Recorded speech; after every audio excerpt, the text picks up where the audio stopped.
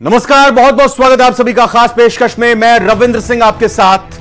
Ajmer blackmail कांड में 32 साल बाद 6 दरिंदों को अंतिम सांस तक कैद रहने की सजा सुनाई गई, जिससे 90 के दशक में हुए इस रूह कपा देने वाले कांड में उन जख्मों को फिर से हरा कर दिया, फिर से ताजा कर दिया, जिसने पूरे देश को झकझोर कर रख दिया था, हिला कर रख दिया था।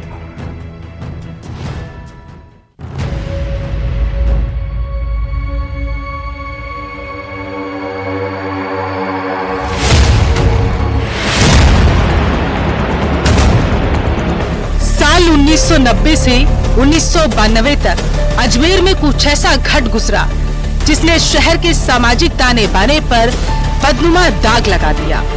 अजमेर के एक स्थानीय दैनिक नवज्योति अखबार के पत्रकार संतोष गुप्ता की एक खबर ने लोगों को झकझोर दिया, जिसमें स्कूली छात्राओं को उनके नग्न फोटो क्लिक करके ब्लैकमेल करते हुए उनका यौन शोषण किए जाने का पर्दाफाश किया गया था। उनकी इस खबर ने पूरे देश में भूचाल ला दिया। चीज को भांप रहे थे कि ऐसा कुछ तो है जो पुलिस थानों पे हमारे पहुंचने पर हमसे छुपाया भी जा रहा है। तो हमने जब उसकी गहराई से सोचने की कोशिश करी, देखने की कोशिश करी, अंदर तक झांकने की कोशिश करी, तो हमें इस तरीके का पता चला कि अजमेर में किसी तरीके का एक गिरोह सक्रिय है जो कि सूफी संत ख्वाजा मोइनुद्दीन हसन चिश्ती की दरगाह से जुड़े हुए खादिम परिवार के लोगों के साहबजादों का है। और वो लोग अजमेर की जो स्कूली छात्राएं हैं, जो कमसिन छात्राएं हैं, जो कहते हैं नाबालिग छात्राएं हैं, उन लोगों को किसी न किसी बहाने से, किसी वजह से अपने प्रेम जाल में फंसा करके और फिर उनको ब्लैकमेल कर रहे थे। उन्होंने अश्लील फोटोग्राफ्स ले लिए थे, फिर उन फोटोग्राफ्स के जरिए वो उनको अपने पास हमेशा आते रहने के लिए मजबूर कर रहे थे। और उस गिरोह के लोगों की वजह से बहुत सी जो छात्राएं हैं वो दहशत में और उसमें हो रही थी, अभिभावक बड़े परेशान थे। तो वो सारा माहौल उस तरीके का वहाँ पर समझ में आया कि ये ऐसा हो क्यों रहा है और क्या है। तो जब इसके और गहराई में गए तो पता चला कि ये जो मैटर था वो तत्कालीन नगर परिषद के सभापति वीर कुमार जी, विश्व हिंदू परिषद के उमाशंकर जी और समवन अदर वन जो भी विश्व हिंदू परिषद या हिंदू संगठनों से या राष्ट्रवादी संगठनों से जुड़े लोग थे, उन लोगों के जहन में मेरी जानकारी में आने से बहुत पहले आ चुका था। और आने के बाद उन लोगों ने इसको बहुत संवेदनशीलता से लिया था। ऑफलाइन दुनिया के सबसे बड़े सेक्स स्कैंडल की शुरुआत एक लड़के से कुकर्म के बाद हुई। आरोपियों ने सबसे पहले एक बिजनेसमैन के बेटे से दोस्ती की, उसके साथ कुकर्म किया और उसकी अश्लील तस्वीरें निकाली। उसे ब्लैकमेल कर उसकी गर्लफ्रेंड को बुलाया गया, जिसके साथ रेप किया गया और उसकी भी अश्लील तस्वीरें निकाली गई। इसके बाद लड़कियों पर उनकी सहेलियों को लाने का दबाव बनाया जाने लगा।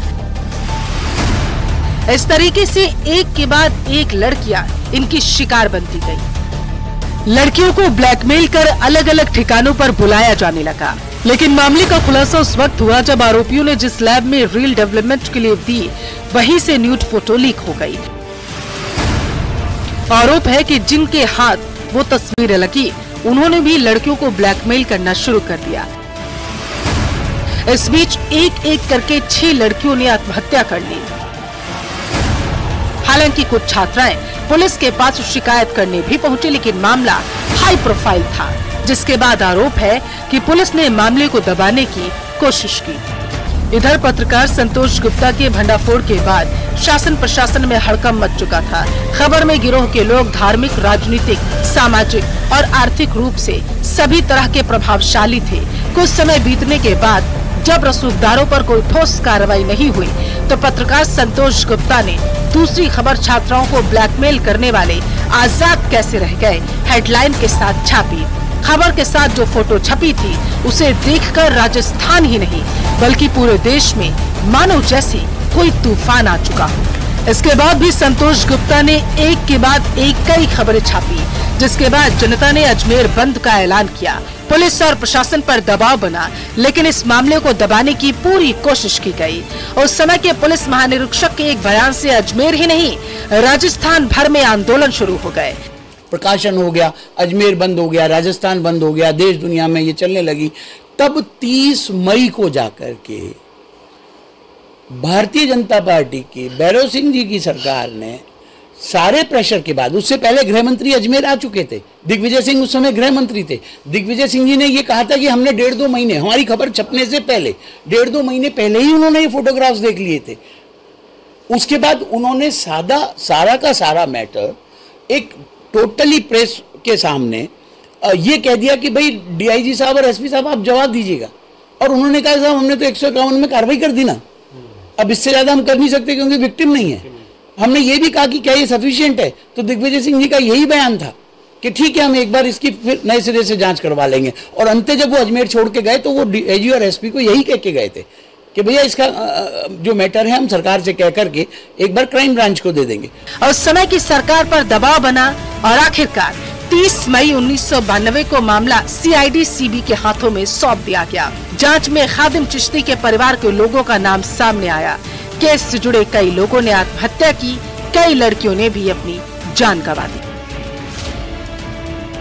हमने जब पहली बार खबर लिखी वो हमने अप्रैल में लिखी, हमारे को याद है जहाँ तक 20 या 21 अप्रैल को हमने पहली खबर लिखी थी, या छपी पहली बार वो होगी, उससे पहले हमने लिखी थी। यस, तो हमने उससे 4-5-10 दिन पहले वो खबर हमारी डेस्क को दे दी थी लिख करके, जिसमें हमने ये लिखा था कि अजमेर की छात्राओं को ब्लैकमेल करने वाला एक गिरोह सक्रिय है और कई संभ्रांत परिवारों की बच्चियां उसमें शामिल हैं और कानून बेबस है अपराधियों को सजा देने के लिए। क्योंकि हमें ये आधार मिला था कि पुलिस ने उस दौरान जो भी इन्वेस्टिगेशन किया, जो भी कुछ किया, जो गोपनीय तरीके से उनको रिपोर्ट मिली थी, उसमें उन्होंने उन मुलजिमों में से कुछ को धारा 151 सीआरपीसी के तहत अरेस्ट कर लिया। और जब अरेस्ट कर लिया और उनको डिटेन करके उनको 2 दिन में जमानत हो गई सिटी मजिस्ट्रेट कोर्ट से, तो मामला खत्म हो गया। तो लोगों को और उन जो कि तथाकथित हिंदूवादी संगठनों से जुड़े हुए लोग थे, उनको कहने को पुलिस अधिकारियों के पास ये होगा कि साहब हमने कार्रवाई कर ली है, इसमें जो जानकारियां मिली हैं वो ऐसी हैं और इसमें अब इससे ज़्यादा कुछ भी नहीं है। ये बात जब सामने आई तो हमारे तो बहुत ही मन ही बहुत विचलित हो गया, क्योंकि हम इन सारे तथ्यों तक पहुंच चुके थे, काफ़ी गहनता से इधर उधर हमने जाँच कर ली थी। आरोपियों के सियासी रसूख होने के चलते कोई सामने नहीं आया। लड़कियों ने भी बात करने से इनकार कर दिया। समझाइश के बाद कुछ लड़कियों ने मुकदमा दर्ज कराया, लेकिन इस मामले में धमकियां मिलने के बाद वह भी पीछे हट गई। लेकिन 32 साल के बाद भी लड़कियों को इंसाफ नहीं मिला। 32 साल बाद भी आज भी कुछ आरोपियों को बरी कर दिया गया, तो कुछ आरोपी जमानत पे गए और कुछ इस मामले में सजा काट रहे हैं और एक आरोपी अभी भी फरार चल रहा है। 100 से ज्यादा छात्राओं की आबरू से खेलने वाले कुछ दरिंदों को तो सजा मिल गई, लेकिन अभी पूरी तरह से इंसाफ नहीं मिला। 1992 के अजमेर कांड के कुछ राज आज भी अधूरे हैं। ऐसे सवाल अभी बाकी हैं जिनके जवाब नहीं मिले।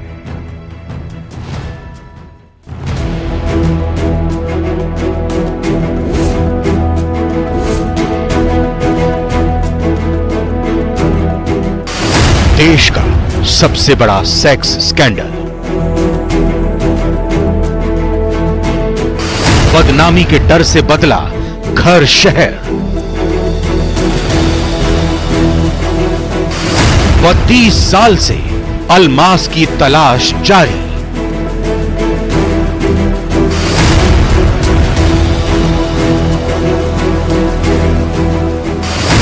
बानवे के अजमेर कांड के अधूरे राज।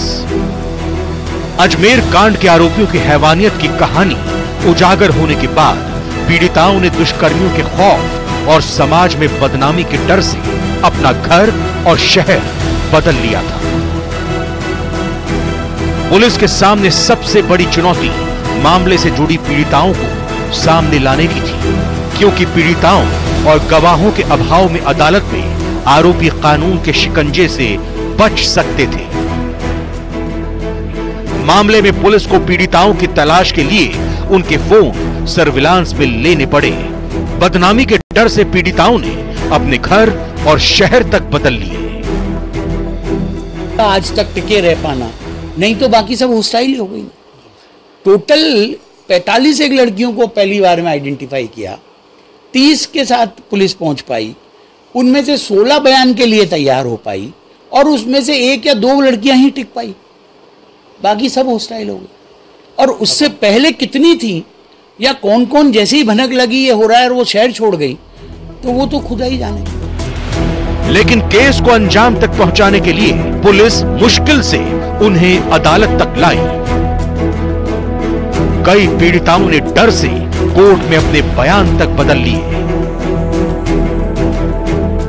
सबसे बड़ा चैलेंज तो जो विक्टिम्स थी उनको कोर्ट तक पहुंचाने का था, क्योंकि वो जो एक महिला का जो अपनी गरिमा होती है वो बार बार अगर कोर्ट में जाके बयान के लिए जाएगी तो चूंकि कानूनी बिंदु था तो हम उसमें कुछ करने की स्थिति में नहीं थे, बजाय कि हम उनको पेश करें। तो हमने उनको कन्विंस किया बहुत अलग अलग तरीके से, जो भी लोग कर सकते थे भावनात्मक रूप से उनका विश्वास जीता।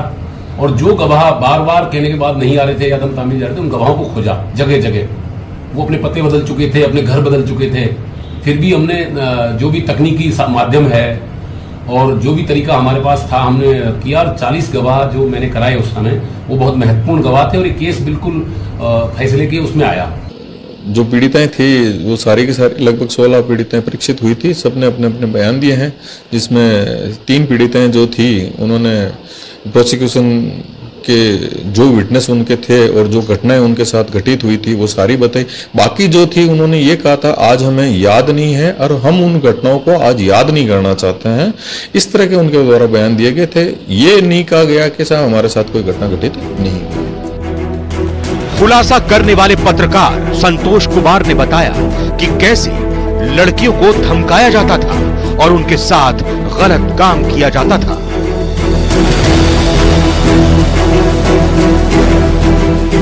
लड़कियों को बार बार बुलाने के लिए वहां पर गाड़ियां लगाई और उनको धमका करके अपनी गाड़ियों में बिठाया, फार्म हाउसों पे ले गए और उनके साथ वहां पर गलत काम किए और उनको वापस छोड़ा। और जब वो नहीं जाने लगी तो उनको धमकियां दी कि भैया तुम्हारे फोटोग्राफ्स हम तुम्हारे घरों पर भेज देंगे, हम तुम्हारे स्कूल में चस्पा कर देंगे। उन दबाव में आकर के लड़कियां बार बार इनके कहने पे, इनके बुलावे पे, और जो भी लोग इनको ले जाने आते थे उनके चेहरा देख करके चुपचाप उनकी गाड़ी में बैठ जाती थी, चोरी छुपे बैठ जाती थी। और पुलिस ने उसी तरीके से साक्ष्य ढूंढने की कोशिश करी, CID-CB ने, जिसमें लगा कि ये फलानी लड़की, क्योंकि एक घर में 4 लड़कियां भी हो सकती हैं, एक मोहल्ले से 6 लड़की भी टोली के साथ आ सकती है। जिस भी अजमेर की जिन जिन जगहों से भी लड़कियां आती थी, कुछ ग्रुप में पैदल आती थी, कुछ उसमें आती थी, कुछ जाते समय पैदल होती थी, किसी के माँ बाप ले जाते थे। तो उन सारे हालातों को आप फ्लैशबैक में जाके देखेंगे तो आपको लगेगा कि मामला कितना लंबा और किस तरीके से खिंचा चला आ रहा था। अजमेर ब्लैक कांड में 18 आरोपी थे, जिनमें से 9 को पहले ही सजा सुनाई जा चुकी थी। एक ने सुसाइड और एक आरोपी पर अलग से केस चल रहा है, जिसे कोर्ट ने भगोड़ा साबित कर रखा है। 8 अगस्त को अजमेर के पॉक्सो कोर्ट 2 में फैसला आना था, लेकिन एक आरोपी की तबीयत खराब होने के चलते कोर्ट में पेश नहीं हो पाया, जिसके बाद 20 अगस्त की तारीख तय की गई थी। केस में एक आरोपी अलमास महाराज अब भी गिरफ्तार नहीं हुआ है, वो फरार है। उसके खिलाफ पीड़ितों के साथ अश्लील फोटो, वीडियो के सबूत हैं। पुलिस 32 सालों से उसे ढूंढ रही है। विदेश भागने के संदेह के कारण इंटरपोल ने उसके खिलाफ रेड कॉर्नर नोटिस भी जारी कर दिया। पुलिस के पास उसकी मात्र एक फोटो है, वो भी 32 साल पुरानी। ऐसे में उसे ढूंढना किसी चुनौती से कम नहीं है। क्योंकि अभी भी एक आरोपी जो है फरार है, क्या लग रहा है इसमें और भी कोई आरोपी हो सकते थे? देखिए, आरोपी जो अभी फरार है वो तो एक बहुत ही मतलब उस तरीके का मुलजिम है। उसका जो रिश्ता है वो कोई अय्याज महाराज या करके कोई कांग्रेस के MLA हुआ करते थे, उन खानदान से है। इनका नाम अलमास महाराज है अपराधी का। ये फॉरेन की नागरिकता ले चुके हैं, वहाँ से यहाँ आया करते थे। यहाँ आने के उस दौर के उनके मकसद क्या थे, लेकिन ये पुलिस के संज्ञान में अच्छी तरह आ गया है कि उनके यहाँ आने के दौरान जिन भी लड़कियों को फार्म हाउसों पे उनके लिए पेश किया गया, उनकी वीडियो रील बनाई गई और वीडियो रील वो अपने साथ लेकर के भी गए।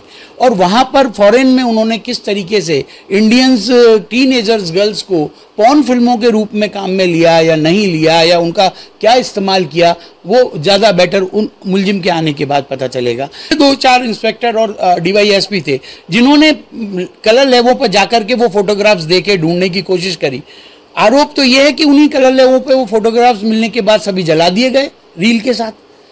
तो वो किस दबाव में जला दिए गए, वो साक्ष्य क्यों नहीं रखे गए, क्यों आगे तक नहीं पहुंचाए गए?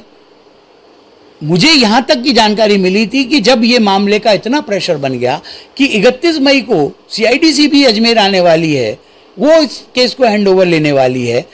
अजमेर जिला प्रशासन ने 30 मई की शाम को एक FIR दर्ज करी, और वो भी ये डरते हुए कि किसी पुलिस इंस्पेक्टर ने जब वो कहीं पर फोटोग्राफ जलाए जा रहे होंगे उसमें से 2-4 फोटोग्राफ बचा लिए कि ये बाद में देखेंगे इनको कौन है क्या है।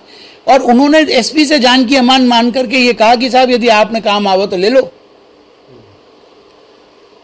तो इज्जत रजासी, और नहीं तो गया। तब कहीं जाकर के मुकदमे दर्ज हुए साहब। तो कुल मिलाकर के कहीं ना कहीं कोई बहुत बड़ा प्रेशर है, और उस प्रेशर का ही नतीजा है कि ये सारा केस बहुत ही असाधारण और असामान्य था।